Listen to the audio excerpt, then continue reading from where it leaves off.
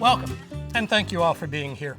For those of you who do not know me, I am Eddie Weeks, your legislative librarian. Your legislative library is just across the hall here in Suite 804. Please stop by and say hi at any time. I'm there to answer just about any historical question you may have about the legislature, old laws, past legislators, prior legislation, the legislative process, and even what is the story of the flags atop the Tennessee state capitol? What a great question. But let's start our answer with one word in that title, atop. That word would surprise the architect of that grand building, William Strickland. Strickland died during the construction of that building and never saw it completed. That means he never imagined a flag atop that Capitol building because his design did not have a flag atop that building, but above the east entrance to the building. That side, the east side, is the front of the building, and that is where the flag was supposed to be. According to his original designs, there was nothing at the top of the Capitol above the finial. So, no flag atop the Capitol, but above the east entrance, according to the original design. That Capitol building was completed in 1859. That 1859 flag probably looked like this, with 32 stars for the 32 states, hanging above that east portico. The Historic Structure Report for the Tennessee State Capitol declares, "It is interesting to note that, though the design of the tower did not include a flagstaff, Civil War photographs show the addition of one at a very early date."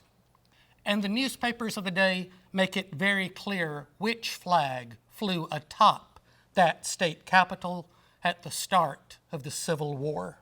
The Nashville banner, June 18, 1861, the flag of the South. The flag of the Southern Confederacy was yesterday raised over our magnificent capital, destined perhaps in the future to be the capital of the Southern Confederacy. July 2nd, 1861, one of the handsomest and best Confederate flags we have ever seen, was presented to the General Assembly yesterday for the use of the state capitol. That flag, though, was not there for long. Nashville fell to Union forces in February 1862. That Confederate flag came down, never to return. The Union flag of the 6th Ohio Regiment was then raised over that building. And note that now, yes, the flag is atop the building. And that brings us to an interesting story about that Capitol and one particular Union flag that once flew atop it. Walter T. Durham, in his book, Nashville, the Occupied City, tells the story this way. Many of the onlookers remained at the landing to see the other troops debark, but those who followed the 6th Ohio saw General Nelson take formal military possession of the capital city. The general first displayed the regimental flag of the 6th Ohio on the Capitol cupola. Then, after waiting a few minutes for a large American flag owned by a loyal Nashville Unionist, he raised Old Glory over the building. The treasured flag was the property of William Driver, a retired Massachusetts sea captain who had since made his home in Nashville. It had been presented to him in 1831 on the eve of his departure for the South Pacific, and when he unfurled it the first time, he dubbed it Old Glory, a name that has followed the American flag ever since. The Smithsonian Institute tells the story this way. Old Glory, the weather-beaten 17 by 10-foot banner, is second only to Francis Scott Key's Star-Spangled Banner as a patriotic symbol, and is the source of the term now applied generically to all American flags. During the Civil War, no flag became a more popular symbol of Union loyalty than the worn and imperiled standard belonging to 19th century sea captain William Driver, who was originally from Salem, Massachusetts. His defiant flying of it from his Nashville, Tennessee household during the midst of the conflict made national news. The flag was originally designed to unfurl grandly from a ship's mast. Driver received the homemade flag with 24 stars in 1824, sewn for him by his mother and a group of young Salem female admirers. According to legend, when Driver raised the flag up the mainmast, he lifted his hat and declaimed, "My ship, my country, and my flag, Old Glory." And that flag, his ship's flag, is the flag that he flew at his home in Nashville during the Civil War.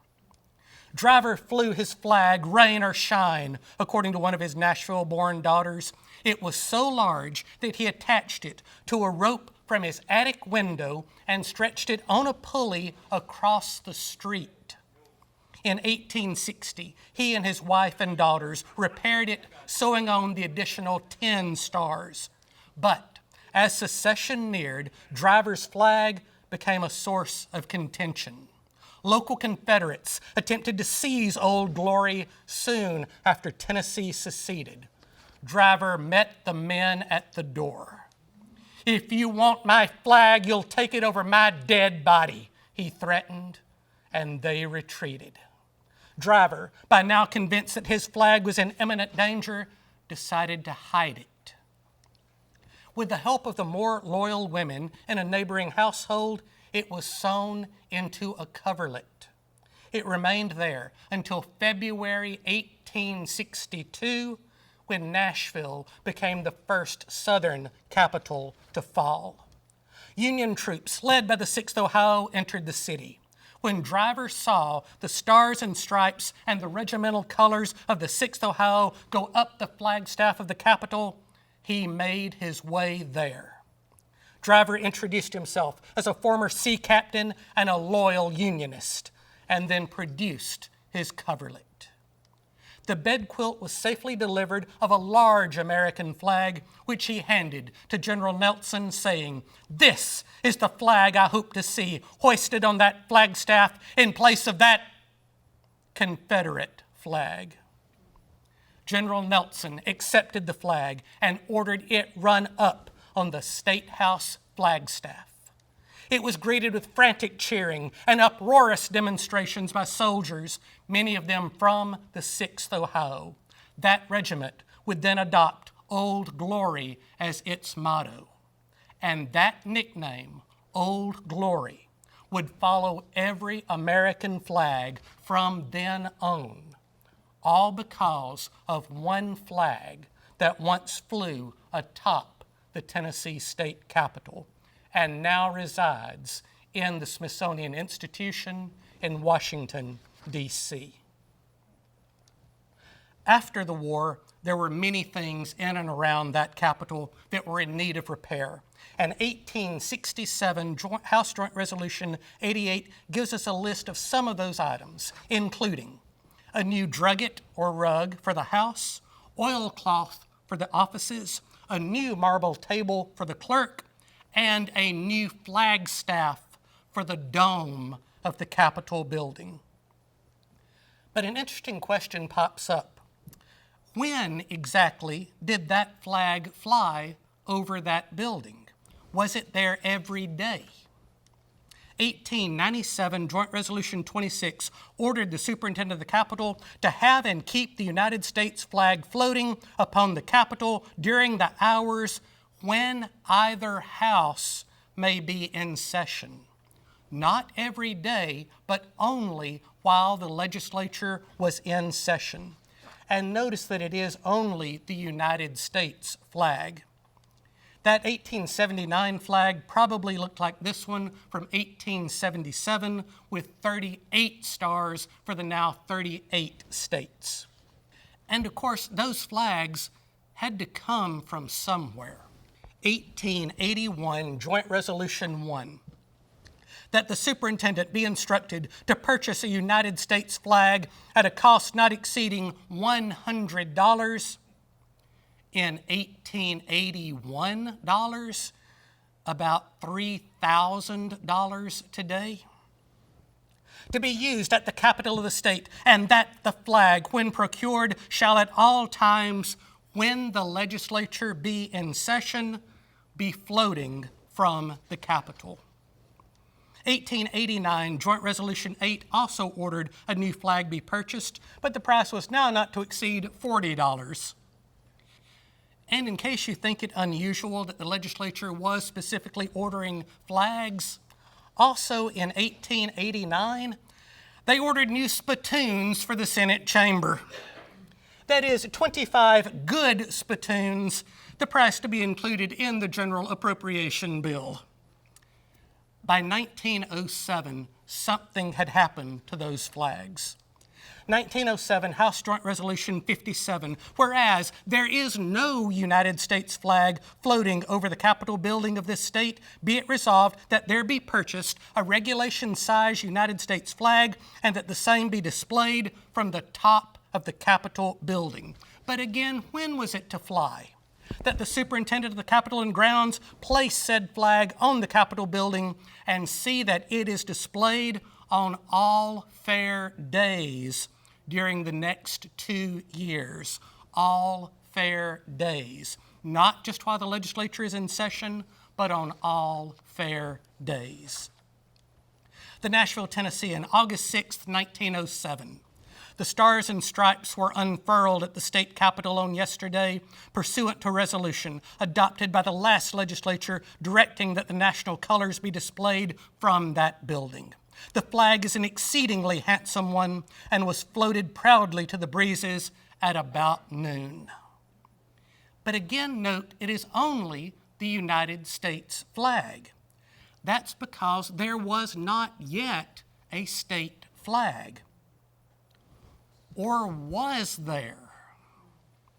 You see, the Tennessee State Museum says that in April of 1861, Tennessee Senate Speaker Tazewell B. Newman suggested the creation of a state flag.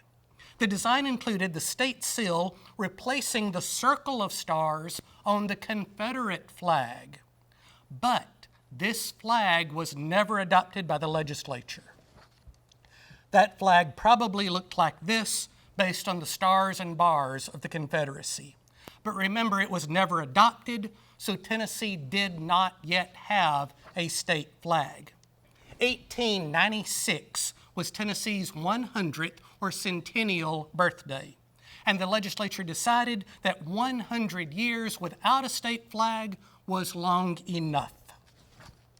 1897, Joint Resolution 49 declared that the state of Tennessee has no official flag and then adopted the first official state flag of the state of Tennessee. It was not a popular design. This was called the Centennial flag and was not widely used outside of the centennial celebration, for fairly obvious reasons. That flag, as adopted by the legislature, had 3 diagonal stripes to represent the 3 geological lines of the state, with Tennessee's nickname, the Volunteer State, along the central stripe. The number 16 occupied the leftmost stripe to honor Tennessee's place as the 16th state admitted to the Union. And people quickly forgot that it existed. On January 28, 1903, Representative Samuel Ernest Miller introduced a bill, House Bill 248, to adopt a state flag based on a design submitted to him by Leroy Reeves with no mention of the previous state flag. The 53rd General Assembly of the state of Tennessee did not adopt the flag. Leroy Reeves tried again with the next General Assembly, which convened in January 1905. And on April 17, 1905, the 54th General Assembly of the state of Tennessee enacted Chapter 498, and the state of Tennessee again had an official state flag, and this design proved much more lasting and is the state flag of today. 1909, House Joint Resolution 13 then ordered that the state flag be flown from the flagstaff upon the dome of the Capitol during fair weather on all days during which the legislature is in session and on all state holidays. This resolution also provided that the superintendent is authorized and directed to purchase 2 regulation Tennessee flags of size 6 feet by 10 feet at a total cost not exceeding $13, and that in the meantime, he used the flag now in the library. A month later, 1909 House Joint Resolution 22 said that 6 feet by 10 feet was too small and ordered 2 state flags 12 by 20 feet at a cost not exceeding $50 for both. But what was most important in all of that was that line about the flag now in the library. You see, the Legislative Library in the Capitol, which was also the State Library and is now the Legislative Lounge, once housed flags and banners, both trophies from the Civil War and other flags and banners donated to or purchased by the state. And those were not the only flags in that building.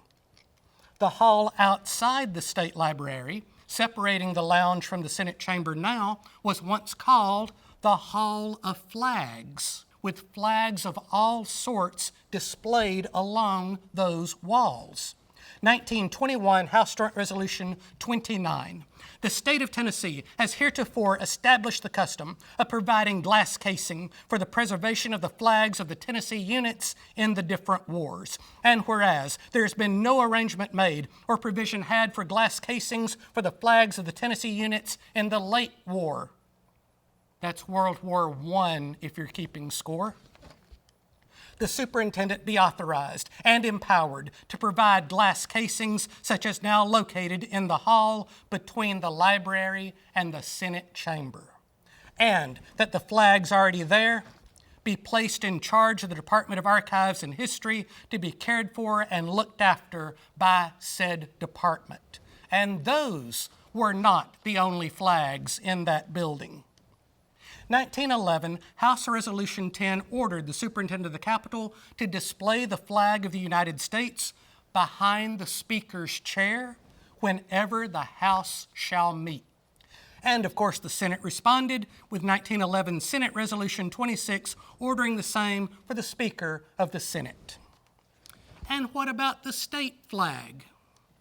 1927 House Resolution 22 ordered that the state flag be draped back of the rostrum by the side of the flag of our country in perfect unison and harmony. But remember, the legislature was only meeting every other year back then, so that House and Senate chamber sat unoccupied for months at a time. 1931, House Resolution 16, the state of Tennessee has a flag, and this flag should hang in the House of Representatives. We go on record by placing the symbol of courage in the House of Representatives with no mention of the fact that there used to be a flag in there. And those flags would often be prominently displayed in the House chamber, such as this picture from the 1940s. Notice the 48 starred flag. And as for why there is such a big flag in there, this is during World War II. We're all familiar with how both chambers begin their session with the Pledge of Allegiance. But historically speaking, this was not a common occurrence. It was 1963 House Resolution 2 that provided for the pledge upon the convening of session, but only on each Tuesday. 1963 Senate Resolution 1 ordered the same for the Senate, again only on Tuesday. 5 years later, 1968 House Resolution 102 provided for the Pledge of Allegiance at the start of session each day either house convened. And on Thursday, March 14, 1968, the members pledged allegiance to the flag, beginning a tradition that continues to this day. And as for the Tennessee flag, 1981, Senate Joint Resolution 63 adopted the official salute to the flag of Tennessee, and 2006 Public Chapter 841 then codified that salute into law. And in 2013, the Senate rules were changed to provide for the saying of the salute to the flag of Tennessee prior to the beginning of session on any day the Senate convenes. But it's the flags outside that building that are usually the first ones noticed. And those flags can take a beating in the weather. 1939 House Resolution 15. The flag of our nation that flies over the dome of our state capitol is in a disreputable state of disrepair and uncleanliness. Visitors, as well as citizens, are shocked at the disrespect shown to our national emblem, that the custodian be instructed to display a new flag atop the state capitol. 1998 also saw the need for a new flag, but for a very specific reason. In April 1998, a tornado ripped through downtown Nashville and literally ripped the center of the state flag out of the flag as it flew atop that capitol on that day. And that flag now safely resides in the Tennessee State Museum. Of course, other things also happen to flags out in the weather, such as when the state flag gets so twisted by the winds that the blue stripe is nearly ripped off the flag while it's still flying. There are also other flags that on occasion fly atop that capitol, most notably this one, which flies atop the capitol while the legislature is in session, whether or not either house convenes on any day. 1978 House Joint Resolution 531 proclaimed the official flag of the General Assembly following a competition to design that flag. Sheila Adkins designed the flag, and 1993 Public Chapter 497 codified that flag into law and provided for it to fly atop the Capitol, above the Legislative Plaza, and in both chambers of the General Assembly. And there is another flag that sometimes flies atop that Capitol. 1994 Public Chapter 713 provided for the POWMIA flag to fly atop the Capitol during the month of September, and later amendments permitted that flag to be flown on any other day as well. That's the black flag that flies below the state flag. And those are the only 4 flags authorized to fly atop that building. However, there is one other Tennessee flag that I should probably mention. The flag of the governor of Tennessee was designed in 1939 by the United States War Department, but was never adopted or established by the General Assembly, and so does not fly atop that state capitol. Now, there is one question you may have had as you've listened to all these stories of all these flags. That is, who puts them up there? Well, we don't have the details for the early years, but on November 2nd, 1947, the Nashville Tennessean ran a story entitled, "Capitol Old Glory Hoister Pensioned After 50 Years." It tells the story of 79-year-old Ben F. Johnson, who was first employed by the state of Tennessee in 1899. So punctual did Ben become with the flag raising at 8 a.m. and the hauling down at 4:30 that a newsman observed 13,000 Nashville school children go to school by the Capitol flag. instead of depending on individual timepieces, children all over town watched for the Capitol flag. When it was raised, then it was time to be off for 8:30 classes. Some of the larger flags have given him trouble. It really takes two men to handle one 20 by 25 feet, as he has done at times, Ben says. And more than once, the wind has nearly toppled him off the precarious ladder perch he usually has climbed to put up the flags. In recent years, he has hoisted the flag from a lower position on very windy days. According to Ben's count, it's 312 steps from the second floor of the Capitol, which has been his domain, to the base of the Capitol flagpole. It's 660 steps, counting the climb from Charlotte Avenue at the base of Capitol Hill. And besides that, Ben has to walk uphill the 2 blocks from the house where he lives. And remember, he's 79 years old. And no one has been able to convince him the metal framework of the Capitol Tower hasn't been charged with electricity since the State Highway Patrol erected a radio antenna there a few years ago. On wet days, he says, he's felt shocks from the metal, and he feels it hurts his digestion a bit. Now, the most interesting part of that story is the timing. Mr. Johnson was pensioned in 1947. And had been raising those flags for decades, apart from the years he spent in the Army during World War I.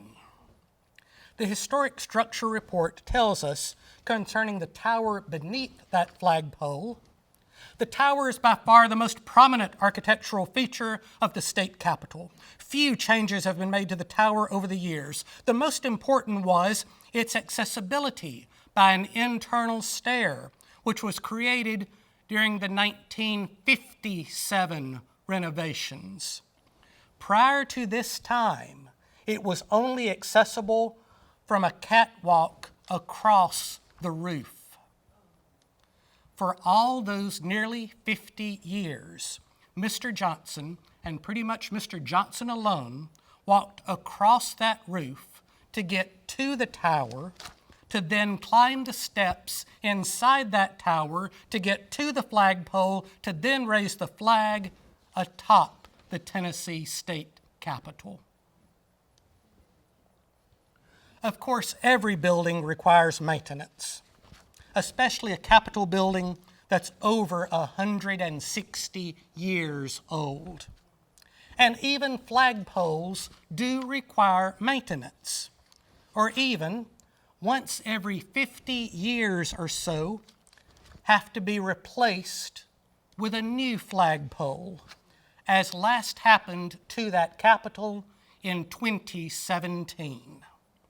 During that repair, the flag was relocated from atop the Capitol to above the east entrance, the very place William Strickland intended for it to be in his design over 160 years ago. Of course, there are many, many more stories of flags in that Capitol that I don't have time to tell or have been forgotten by all who once knew them and are lost for all time.